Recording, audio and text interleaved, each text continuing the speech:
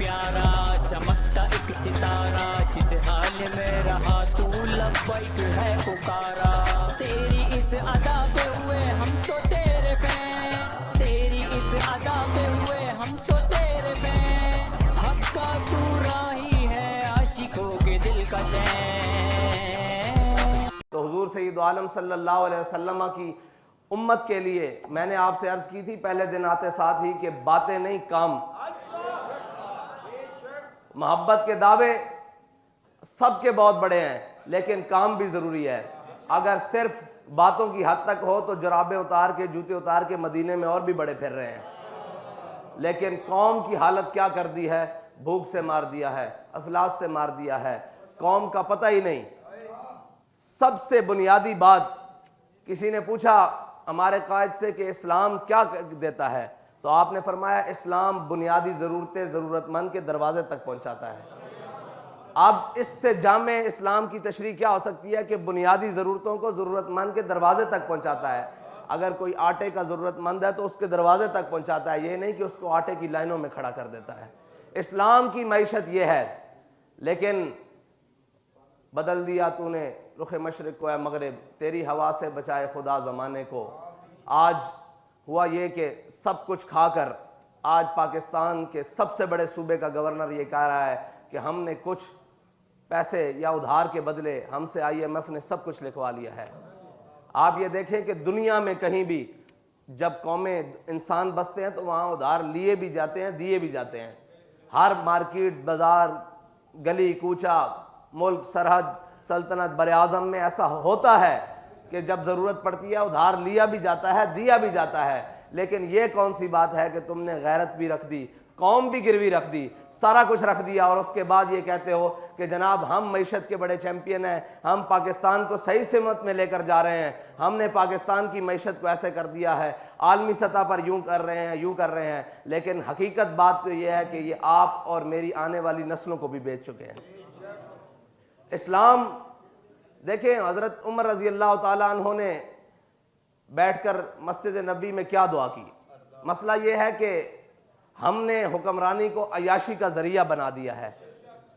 बाबा जी फरमाया करते थे कि जब हुक्मरान खुशहाल हो तो उसकी रियाया बदहाल होती है। जिसका हुक्मरान खुशहाल हो उसकी रियाया बदहाल होती है, और जिसका हुक्मरान मुफलिस हो, तंगदस्त हो, उसकी रियाया खुशहाल होती है।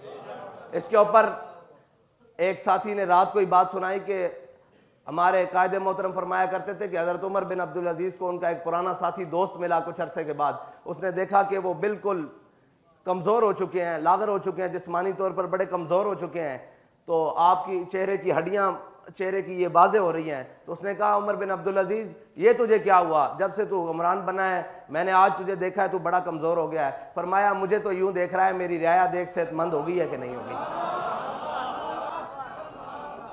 मसला ये है कि हज़रत उमर रज़ी अल्लाह ताला अन्हो ने कोई और चीज़ें नहीं मांगी। ये लोग समझते हैं कि ये बड़ा आसान काम है, ये निहायत मुश्किल काम है। कौम को संभालना और उसके सारे मामलात पे नज़र रखना और फिर उसको आगे लेकर चलना, ये बड़ा मुश्किल काम है। हज़रत उमर रज़ी अल्लाह ताला अन्हो मस्जिद नबी में अपने साथियों के साथ, सारों के साथ, सहाबा मौजूद होंगे, ताबीन मौजूद होंगे, उनके साथ बैठे तो हज़रत उमर ने फरमाया यार सारे अपनी अपनी जो दिल की आरजू है ना, तमन्ना है, उसको दुआ की सूरत में अल्लाह से मांगो। किसी ने कहा या अल्लाह मुझे इतना माल दे, मैं तेरी राह में इतना खर्च करूँ, गरीबों को खाना खिलाऊँ, मिस्कीनों को दूँ, यतीमों को दूँ, नादारों को दूँ। किसी ने कहा या अल्लाह मुझे इतनी कुव्वत दे कि मैं तेरी राह में जिहाद करूँ। किसी ने कुछ मांगा, किसी ने कुछ मांगा। जब सब मांग चुके तो उन्होंने कहा ए उमर आप भी तो दुआ मांगिए जो आपके दिल की तमन्ना है। तो हज़रत उमर ने ऐसे हाथ उठाकर कहा या अल्लाह मुझे सईद बिन आमिर अल-जुमही जैसा एक गवर्नर और दे दे।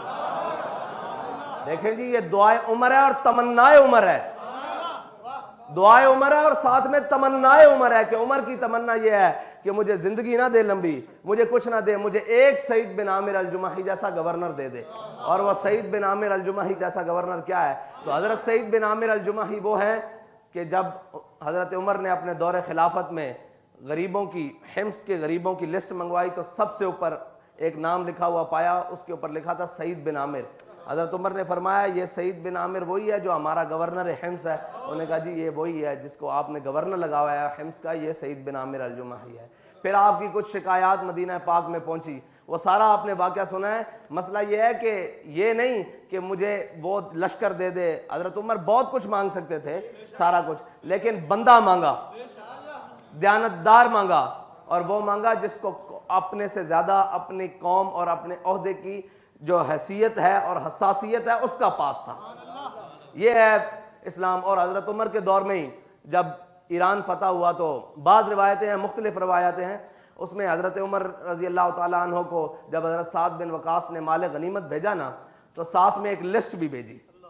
उसमें लिस्ट भी थी कि ये आपके ये हैं, ये घोड़े हैं, ये सोना है, ये चांदी है।